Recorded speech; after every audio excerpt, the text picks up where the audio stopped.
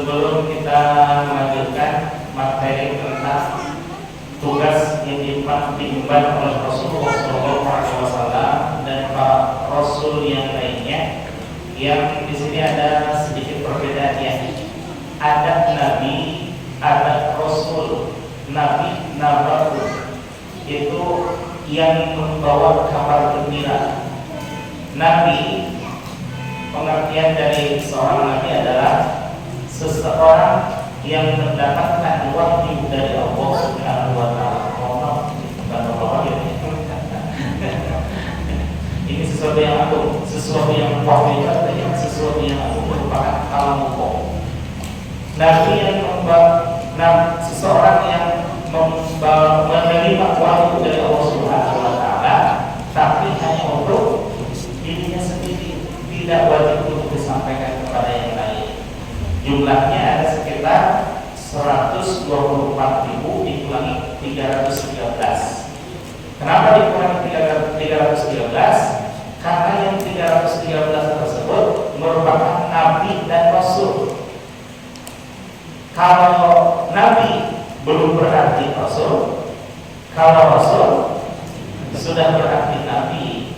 Karena selain menerima wahyu untuk dirinya sendiri, beliau pun berkewajiban untuk menyampaikan kepada umatnya, yang digambarkan di dalam Al-Quran itu hanya 25. Hanya ada 25 nabi dan rasul, padahal jumlah yang sesungguhnya adalah 313 sesuai dengan jumlah sahabat yang ikut perang Badar. Kenapa nabi yang di Al-Quran disebutkan hanya 25, bukan 124.000 nabi? Atau kalau menceritakan semua nama-nama nabi, waduh, habis Al-Quran setengahnya ya. Jadi hanya diwakili oleh nabi dan rasul yang 25. Adapun perbedaan belum ya. Nanti maka setelah ini. Adapun perbandingan antara ghafil dengan zakir. Apa itu ghafil? Orang yang lupa pada Allah, lalai dari mengingat Allah. Lalai mengingat Allah itu bukan berarti orang yang habis sholat tidak zikir, bukan. Karena makna zikir itu bukan dalam artian orang yang selalu bawa tasbih gitu ya, setiap masjid atau sholat, kemudian muter-muter tasbih gitu setelah sholat, hitung-hitung tasbih ngapain itu? Itu kan cuma alat bantu saja ya. Walaupun Nabi tidak pernah melakukan tasbih, memakai tasbih, tapi itu sudah dilakukan oleh sahabat Abu Hurairah. Abu Hurairah itu menyimpulkan tali gol. Nah, tali itu ini.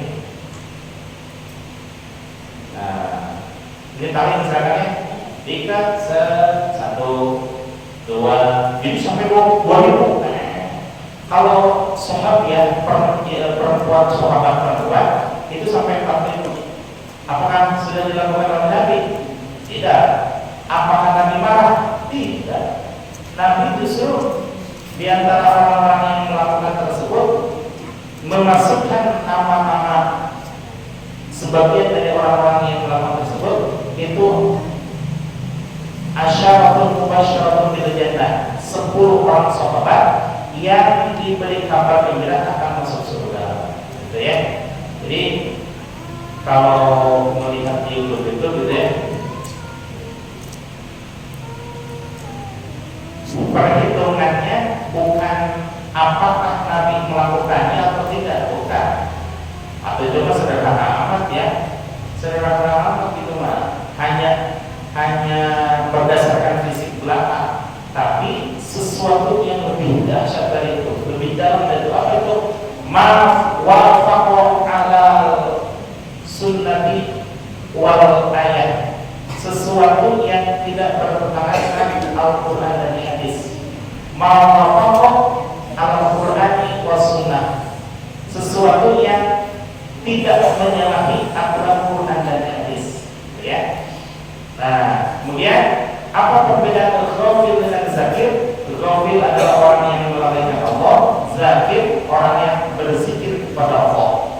Perbandingannya, perumpamaannya, kalau ghafil orang yang lupa pada Allah, seperti halnya digambarkan di materi kemarin, seperti rumput kering. Sedangkan orang yang zakir itu seperti pohon yang hijau. Kalau kita melihat rumput kering dengan pohon yang hijau, lebih senang mana? Hijau. Pasti hijau ya. Ke uang juga biasanya apa itu? Hijau ya. Yang walaupun agak sakit, tapi melihat uangnya hijau. Walaupun uangnya merah gitu ya. Kemudian diumpamakan oleh Rasulullah SAW, al-anjar bainal amwat, orang yang ghafil itu seperti halnya, kata Rasulullah ini, kata Rasulullah seperti hati yang mati. Sedangkan orang yang zikir, orang yang hidup. Kita pada umumnya lebih takut yang mati pada takut yang hidup. Pada umumnya mati ya. Padahal orang mati tidak bisa ngapa-ngapain. Kalau orang hidup mah bisa menjawab, bisa nyumpil ya. Kemudian orang yang ghafil itu fi shalah. Allah ini lebih dasar lagi ya. Kalau Rasulullah mengumpamakan rumput kering mati, kalau Allah Subhanahu wa taala mengumpulkan fi dhalal, dalam kesesatan. Dan orang yang zakir, orang yang berzikir itu ala nur. Nah, di atas cahaya, di atas petunjuk, penuh dengan hidayah Allah Subhanahu wa taala. Sekali lagi, orang yang zikir itu bukan orang yang pegang-pegang tasbih, orang yang muter-muter tasbih setelah sholat, tapi yang hatinya selalu mengingat Allah, mengaitkan kepada Allah, apapun, dimanapun dan apapun keberadaannya, selalu mengingatkan dan mengaitkan kepada Allah. Tidak peduli dia tidak pegang tasbih atau tidak. Tidak peduli dia tidak ke masjid atau ke musola. Tidak peduli dia berjalan kaki atau naik sepeda motor dan lain sebagainya. Yang jelas, orang yang berzikir itu orang yang senantiasa mengaitkan segala sesuatu dengan Allah. Contoh, lihat pohon kayak kemarin kering ya, sampai capek saya nyiramin pagi sore tetap kering, tapi begitu hujan, walaupun sehari dua hari, jadi hijau langsung gitu ya. Nah, maha besar Allah, maha kuasa Allah, segala sesuatu kalau Allah sudah berkehendak, tidak ada yang bisa menghalangi. Ya, nah, itu perbandingan antara orang yang zakir dengan ghafil. Lalu sekarang selaku orang yang mencontohkan, yakni Rasulullah SAW, bagaimana tugas Rasul yang merupakan orang yang mendapatkan wahyu dari Allah Subhanahu wa taala, mendapatkan tugas dari Allah Subhanahu wa taala. Nah, tugas Rasul secara garis besar ada 5. Ada berapa, Bu? 5 ya. Yang pertama termaktub di dalam surah At-Taubah ayat 33. Qala Allah Ta'ala, berfirman Allah Subhanahu wa taala, "Huwallazi arsala rasulahu bil huda wa dinil haqq liyudhhirahu 'ala ad-din kullihi walau karihal musyrikun." Huwallazi, dialah zat, arsala rasulahu, yang telah mengutus utusannya, bil huda, dengan petunjuk, wa dinil haqq, dan agama yang maha benar. Ini dikaitkan dengan maha karena ada walaupun maha itu sebutan untuk zat Allah Subhanahu wa taala, maha besar, maha kuasa, maha bijaksana, maha adil dan lain sebagainya. Lalu ini kan istilah kata produk Allah. Kenapa harus dikaitkan dengan maha? Itu eufemisme, ya, mengagungkan sesuatu yang pada dasarnya sudah agung. Perkara agama itu kan perkara agung, perkara yang dahsyat, perkara yang luar biasa datang dari Allah untuk kehidupan manusia. Dan sudah pasti Nabi dan Rasul mendapatkan hidayah, mendapatkan petunjuk itu dari Allah Subhanahu wa taala melalui Malak Jibril alaihissalam. Dan apa-apa yang disampaikan oleh Malak Jibril kepada Rasulullah SAW, itulah yang disebut dengan agama. Di dalam hadis yang diriwayatkan oleh Imam Muslim, yang kalau di dalam kitab hadis Arba'in An-Nawawiyah itu ada hadis yang kedua, ya, arkanus sholat, arkanus din, rukun agama itu ada 3. Ini ketika saya dan teman-teman mendakwahkan rukun agama, agak sedikit terjadi perdebatan. Kenapa? Rukun agama dan rukunnya, katanya. Bukankah rukun itu rukun Islam, rukun iman, rukun ihsan dan lain sebagainya. Nah, kalau seandainya rukun agama itu, karena di dalam hadis tersebut malah Rasulullah SAW menyatakan, bertanya kepada sahabat Abu Bakar, "Atadri man sa'il?" Apakah kau tahu, wahai Umar, siapa yang barusan yang datang? Saya Umar menjawab, "Allahu wa rasuluhu a'lam." Hanya Allah lah yang mengetahui dan memahami akan segala sesuatu yang dimaksud. Nah, Rasul menyatakan, "Huwa Jibril atahun yu'allimakum dinukum." Dia itu, wahai Umar, ketahui oleh dan para sahabat yang lainnya, yang barusan datang itu adalah Malak Jibril, yu'allimakum dinakum. Dia datang kepadamu untuk mengajari perihal agama. Apa yang diajarkan? Tentang keimanan, tentang keislaman, tentang keihsanan. Berarti ada 3 rukun. Nah, seperti tripod ini di depan. Coba kalau tripod ini hilang satu kakinya, apa yang terjadi? Jomplang. Hilang 2, lebih jomplang lagi. Hilang 3, wah itu mah bukan jomplang lagi ya, itu ambruk semuanya ya.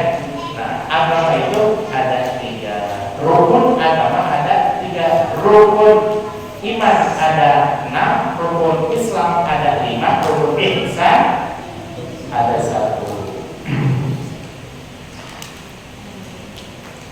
Bil huda wa dinil haqq, mengutus utusannya dengan membawa petunjuk dan agama yang pasti benar, agama yang maha benar. Nah, ini tugasnya Rasulnya. Liyuzhirahu 'ala dini kulli, untuk menampakkan, untuk mengunggulkan, liyuzhirahu 'ala dini kulli, kepada setiap agama seluruhnya. Agama memang banyak. Ada agama samawat, ada agama ardi. Agama ardi itu agama yang diciptakan oleh budi, karsa, dan hasrat manusia. Gak apa ya, disini kan gak ada ya. Seperti halnya Buddha. Buddha itu ciptaan siapa? Agama Buddha oleh Siddhartha Gautama. Siddhartha Gautama apa? Manusia atau apa? Manusia.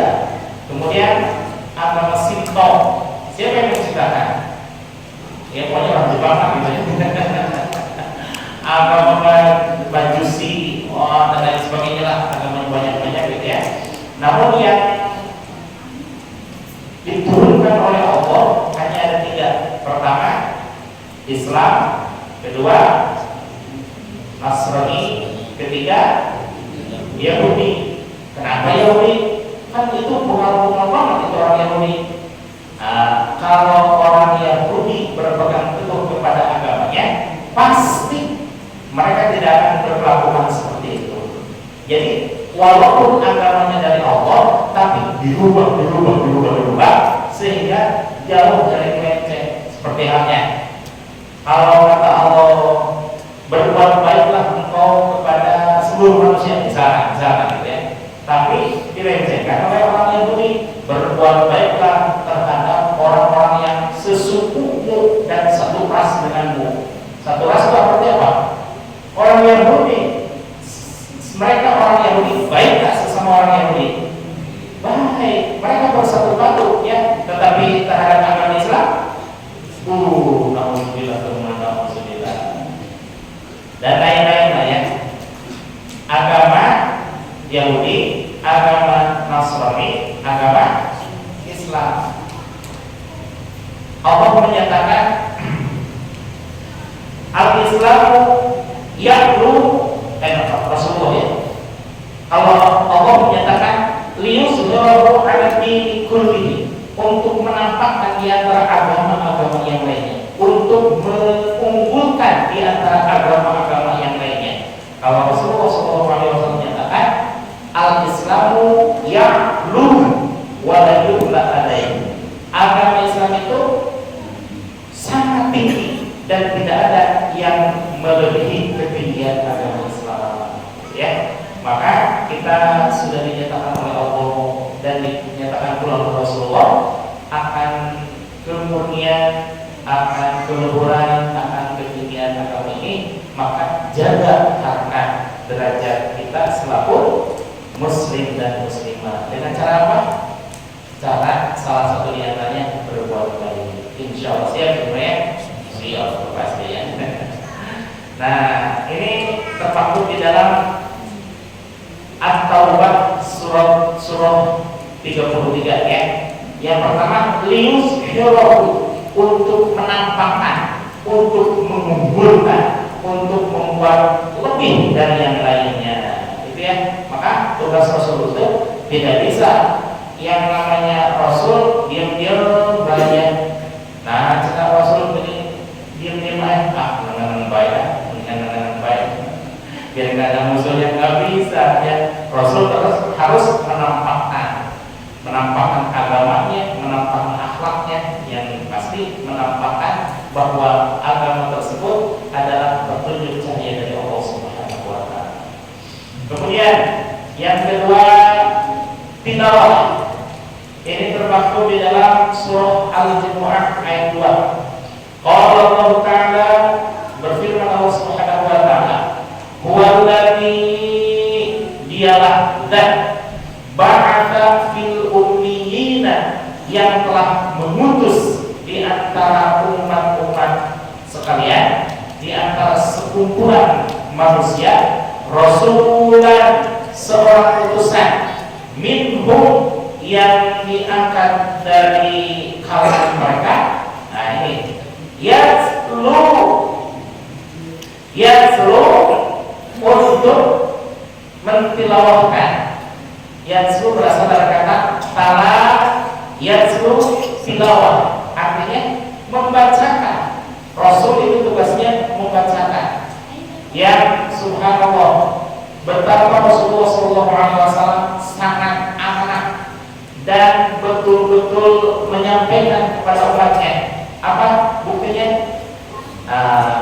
Ibu kalau belajar uslub yang kalian sekalian, itu bahasa Al-Quran luar biasa dan disampaikan lagi oleh Rasul kepada umatnya. Sakumlana atau bahasa Sundanya apa sakumlana? Seutuhnya ya. Contoh dalam surah Al-Ikhlas. Qul huwallahu ahad. Itu kalimat beritanya apa? Bukan. huwallahu ahad. Itu kalimat beritanya. Isinya. Allah itu Maha Esa. Kalau kul itu ungkapan siapa ke siapa? Allah terhadap Rasulullah. Kul ucapkan oleh Muhammad huwallahu ahad, bahwa Allah itu Esa. Nah, contoh A dan B lah, misalkan ini B ya, ini A. Kata A teh, siapa namanya? Marvin ya, ini siapa namanya? Hah? Wisnu. Kata Wisnu teh, Vin, sampaikan kepada nggak ada ya, tukang cilok itu nanti kata Umi beli 10 gitu ya. Marvin menyampaikannya Kevin menyampaikan kepada tukang cilok gimana? Nah, itu karena itu inti kalimatnya kan. Kata Umi beli 10. Adapun kata Ben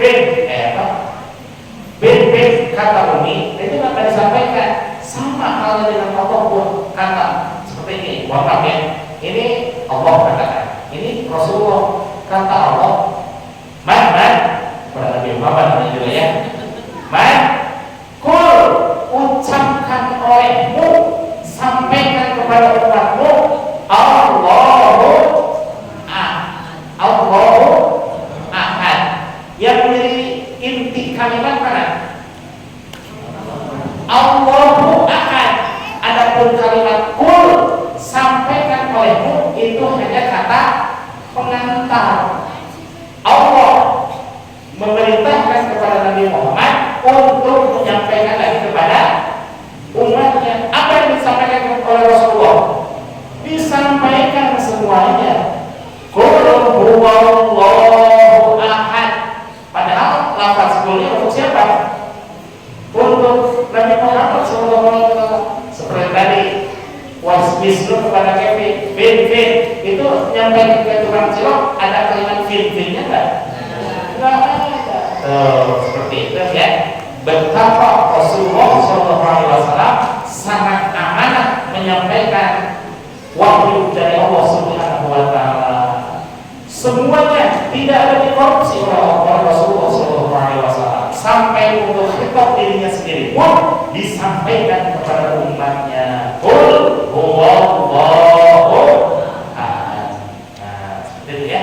Tala yaslu tilawah, membacakan. Jadi tugas Rasul itu menyampaikan saja dari mulai Al-Fatihahnya. Banyak lafaz bismillah dalam surah Al-Fatihah dan sinnya surah Sudurin Nas. Ayat Sudurin Nas di dalam surah An-Nas. Mungkin ada yang bertanya ya. Nah, di dalam Al-Quran tertulisnya Al-Fatihah, kemudian akhirnya surat An-Nas. Oh, dalam sejarah bahwa yang pertama kali turun apa? Surat Iqra ayat 1 sampai 5, dan akhir dari surat yang diterima oleh Rasul apa? Al-Maidah ayat 3. Al-yauma akmaltu lakum dinakum wa atmamtu 'alaikum ni'mati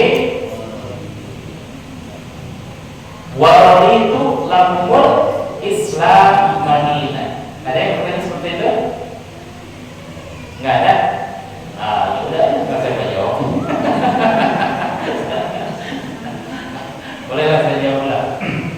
Iya juga ya, kalau melihat dalam Quran seperti itu ya. Tapi sejarah mengatakan bahwa yang pertama kali turun adalah surah Iqra, dan di akhir surah Al-Maidah saat Rasulullah melaksanakan haji wada.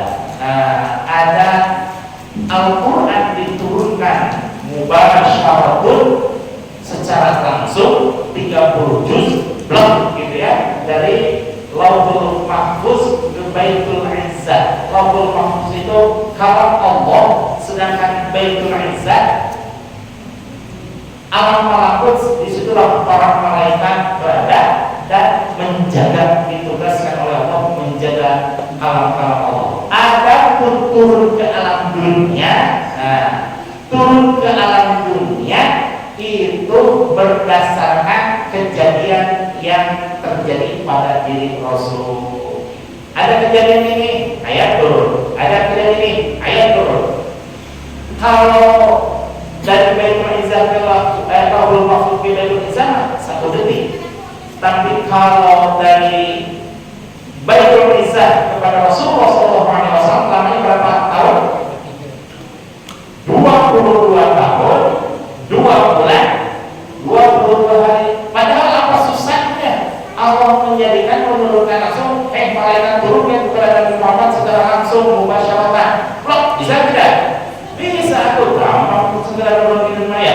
Lebih dari itu Allah berkuasa, tapi ini untuk menyatakan betapa Rasulullah SAW seumur hidupnya selalu diberkahi dan diturunkan hidayah petunjuk dari Allah Subhanahu wa Ta'ala. Bahkan kejadian seluruh yang dialami oleh Rasulullah SAW itu didukung dengan wahyunya Allah. Maka terucaplah bahwa Allah berfirman, wa ma yantiqu 'anil hawa in huwa illa wahyun yuha. Tidaklah apa yang diucapkan oleh Nabi Muhammad SAW berdasarkan hawa nafsunya, melainkan semata-mata wahyu yang difirmankan Allah Subhanahu wa Ta'ala. Bisa ya, didukung sama Allah gitu ya. Lanjut. Yang ketiga, tazkiyah. Ini ada dalam surah Al-Baqarah ayat 29. Di antaranya sebenarnya surah Al-Jumu'ah, surah Al-Baqarah dan surah Yusuf. Surah Al-Baqarah ada 2 ayat. Al-Baqarah ayat 129 dan Al-Baqarah ayat 151. Surah Al-Jumu'ah ayat 2 dan surah Al-Maidah ayat 164. Itu sama tentang tugas Rasulullah dan para Rasul. Itu ada 3. Tadi tilawah sudah disampaikan ya. Lanjut nih. Alaihim ayatuhu. Oh ini ayat ini yang bukan tentang Al-Quran bukan. Kalau dalam terjemahan alaihim ayatihi, membacakan tilawah yang 30 juz. Kemudian wa yuzakkihim, dan membersihkan jiwanya kaum muslimin wal muslimat ya, yang mendapatkan tugas untuk yuzakkihim. Yuzakkihim itu apa?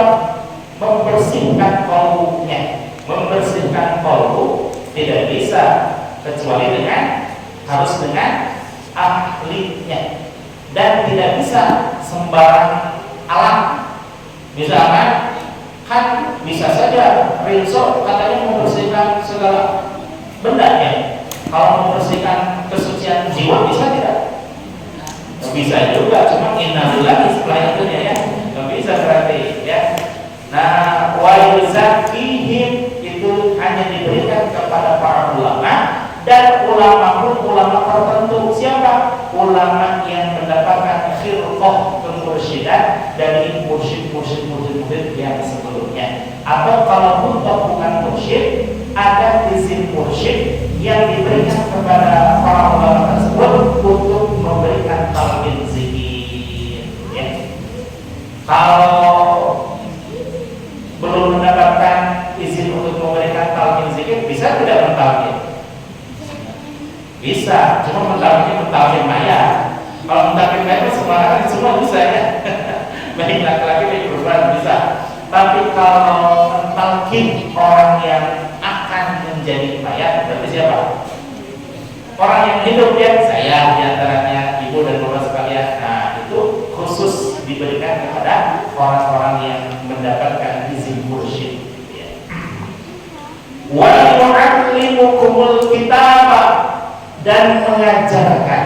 Coba mengajarkan dari huruf alif sampai huruf ya, dari huruf hijaiyah itu bisa kan semua mengajarkan? Bisa ya. Kemudian mengajarkan ilmu fikih, ilmu balagh, ilmu bayan, ilmu nahwu, ilmu sharh dan lain sebagainya, bisa kan mengajarkan? Bisa ya. Bahkan anak TK dengan anak TK bisa nggak saling mengajari? Bisa gitu ya. Membacakan tilawah bisa. Tapi kalau tazkiyah tidak bisa ya, harus ada izin dari mursyidnya.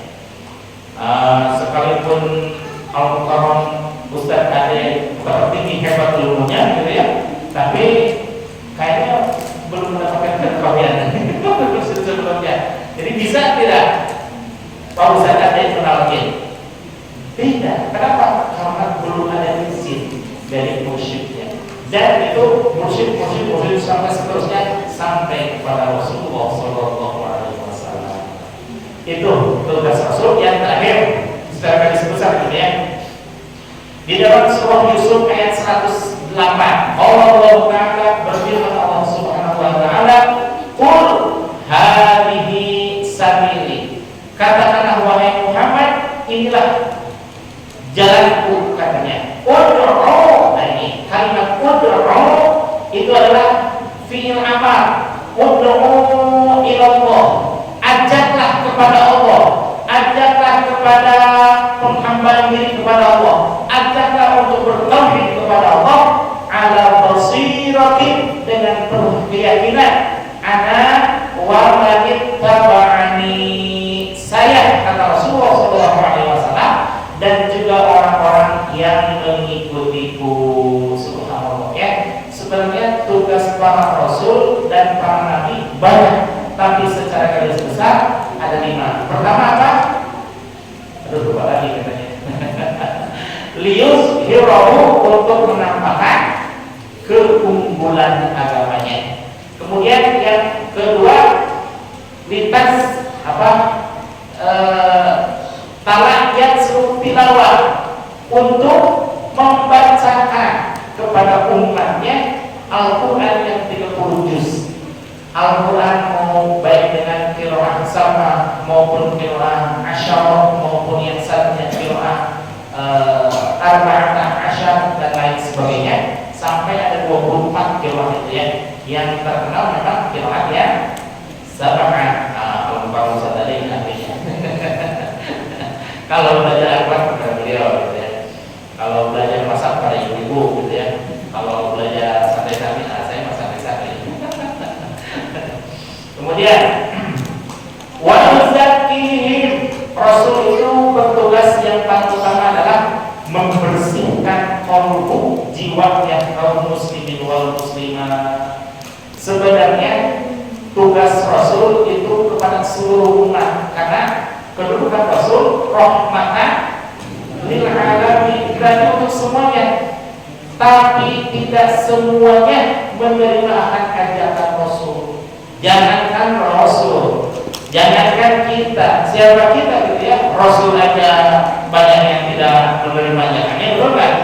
Atau jangankan Rasul, ketika Nabi Musa alaihissalam, ya Allah, izinkan saya untuk agar orang-orang Israel mencintai semuanya ya Allah. Kata Allah, Musa, jangan terlalu berlebihan mau berdoa. Kenapa? Jangankan engkau, katanya, yang cuma manusia biasa, saya ada Tuhan mereka, yang menghidupkan mereka, yang memberi rezeki mereka, yang memberi kehidupan mereka. Aku aja dibenci sama orang-orang gitu ya. Padahal siapa yang bisa menggunguli Allah? Tidak ada, karena kedudukan semuanya adalah makhluk, sedangkan Allah adalah pencipta, gitu ya. Jadi kalau seandainya ada yang tidak setuju dengan kita, ya tidak masalah. Kenapa? Wong sudah ada di zaman Rasulnya, gitu ya. Rasul ada yang akhlaknya betapa luar biasa, ilmunya tinggi dan lain sebagainya. tetap banyak yang tidak senang dengan kehadiran Rasulullah SAW. Ya, kita menyayangi kepada orang yang sayang kepada kita.